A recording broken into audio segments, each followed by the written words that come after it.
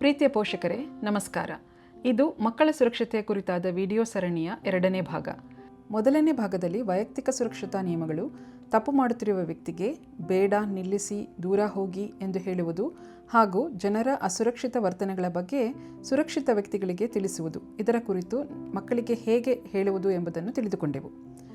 ಈ ವಿಡಿಯೋದಲ್ಲಿ ಮಕ್ಕಳನ್ನು ಅಸುರಕ್ಷಿತ ವರ್ತನೆಗಳ ಬಗ್ಗೆ ಹೇಳಲು ಹೇಗೆ ಪ್ರೋತ್ಸಾಹಿಸಬಹುದು ಎಂಬುದನ್ನು ತಿಳಿದುಕೊಳ್ಳೋಣ.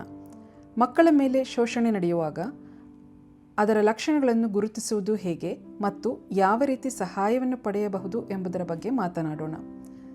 ಅದರ ಜೊತೆಗೆ ಮಗುವಿನ ಭಾವನಾತ್ಮಕ ಸುರಕ್ಷತೆಯ ವಿಷಯವನ್ನು ಚರ್ಚಿಸುತ್ತೇವೆ. ಮಕ್ಕಳು ಶೋಷಣೆಗೆ ಗುರಿಯಾಗಿದ್ದರೆ ಅಥವಾ ಅವರು ಅಸುರಕ್ಷಿತ ಸಂದರ್ಭಗಳನ್ನು ಎದುರಿಸುತ್ತಿದ್ದರೆ ಅವರಲ್ಲಿ ಕೆಲವು ಲಕ್ಷಣಗಳನ್ನು ಗಮನಿಸಬಹುದು. ಮಕ್ಕಳು ದೌರ್ಜನ್ಯಕ್ಕೆ ಒಳಗಾಗಿದ್ದಲ್ಲಿ ಇದ್ದಕ್ಕಿದ್ದಂತೆ ಮಕ್ಕಳ ವರ್ತನೆಗಳಲ್ಲಿ ಕೆಲವು ಬದಲಾವಣೆ ಉಂಟಾಗಬಹುದು.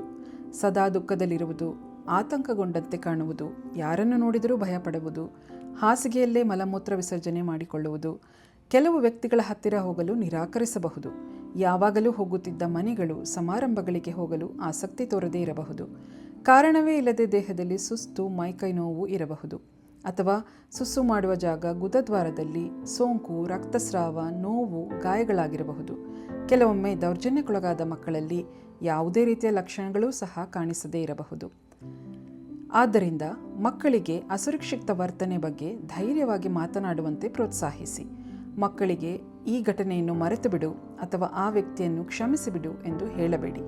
ಇದು ನಿನ್ನ ತಪ್ಪಲ್ಲ, ಸುರಕ್ಷತಾ ನಿಯಮವನ್ನು ಉಲ್ಲಂಘಿಸಿದ ವ್ಯಕ್ತಿ ತಪ್ಪು ಮಾಡಿದ್ದಾರೆ ಎಂದು ಅವರಿಗೆ ಹೇಳಿ.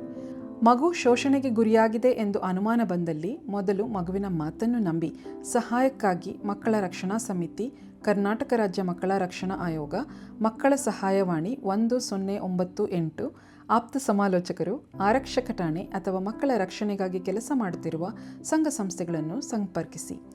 ಪೋಕ್ಸೋ, ಲೈಂಗಿಕ ದೌರ್ಜನ್ಯಗಳಿಂದ ಮಕ್ಕಳ ರಕ್ಷಣೆ ಕಾಯಿದೆ 2012, ಇದರ ಪ್ರಕಾರ ಮಕ್ಕಳ ಮೇಲಿನ ಲೈಂಗಿಕ ದೌರ್ಜನ್ಯ ವರದಿ ಮಾಡುವುದು ಕಡ್ಡಾಯ.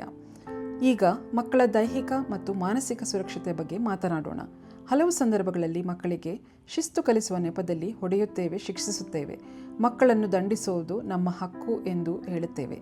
ಹೊಡೆಯದೆ, ದಂಡಿಸದೆ ಮಕ್ಕಳಿಗೆ ಶಿಸ್ತು ಕಲಿಸಲು ಸಾಧ್ಯವಿದೆ. ಅದಕ್ಕೆ ಉತ್ತಮ ಪರ್ಯಾಯ ವಿಧಾನಗಳಿದೆ. ಅದನ್ನು ಪುನಶ್ಚೇತನಕಾರಿ ಅಭ್ಯಾಸಗಳು ಎಂದು ಹೇಳುತ್ತೇವೆ. ಮಕ್ಕಳೊಂದಿಗೆ ಮನಸ್ಸು ಬಿಚ್ಚಿ ಮಾತನಾಡಿ, ಅವರು ಏನು ಹೇಳುತ್ತಾರೆ ಎನ್ನುವುದನ್ನು ಮನಸ್ಸಿಟ್ಟು ಕೇಳಿ. ಅವರು ತಪ್ಪು ಮಾಡಿದಾಗ ಕೆಟ್ಟವರು, ನಿಮಗೆ ಏನು ಮಾಡೋಕ್ಕೆ ಬರಲ್ಲ, ಅಪ್ರಜೋಕರು ಎಂದು ಹಣೆಪಟ್ಟಿ ಕಟ್ಟಬೇಡಿ. ಇದಕ್ಕೆ ಬದಲು ನಿಮ್ಮ ವರ್ತನೆ ಸರಿಯಿಲ್ಲ, ಇದನ್ನು ನೀವು ಮಾಡಿದ ರೀತಿ ತಪ್ಪಾಗಿತ್ತು ಎಂದು ಹೇಳಿ. ಅವರನ್ನು ದಂಡಿಸುವ ಬದಲು ಅವರ ಜೊತೆ ಮುಕ್ತವಾಗಿ ಮಾತನಾಡಿ. ಅವರು ಏಕೆ ಹಾಗೆ ನಡೆದುಕೊಂಡರು ಎಂದು ತಿಳಿದುಕೊಳ್ಳುವ ಪ್ರಯತ್ನ ಮಾಡಿ.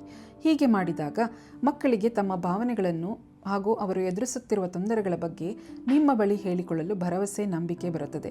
ಅಲ್ಲದೆ ಅವರು ಯಾವುದೇ ರೀತಿಯ ತೊಂದರೆ ಅನುಭವಿಸುತ್ತಿದ್ದರೂ ಸಹಾಯಕ್ಕೆ ನಿಮ್ಮಲ್ಲಿಗೆ ಬರುತ್ತಾರೆ.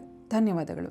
ಮಕ್ಕಳ ಲೈಂಗಿಕ ಶೋಷಣೆ ಕುರಿತಾಗಿ ಹೆಚ್ಚಿನ ಮಾಹಿತಿಗಾಗಿ ಸುರಕ್ಷಿತ್ ಆ್ಯಪ್ ಮತ್ತು ಬಾಲಸುರಕ್ಷಾ ಆ್ಯಪ್ಗಳನ್ನು ಬಳಸಿ. ಈ ಆ್ಯಪ್ಗಳು 10 ಭಾಷೆಗಳಲ್ಲಿ ಉಚಿತವಾಗಿ ಆಂಡ್ರಾಯ್ಡ್ ಫೋನ್ಗಳಲ್ಲಿ ಲಭ್ಯವಿರುತ್ತದೆ.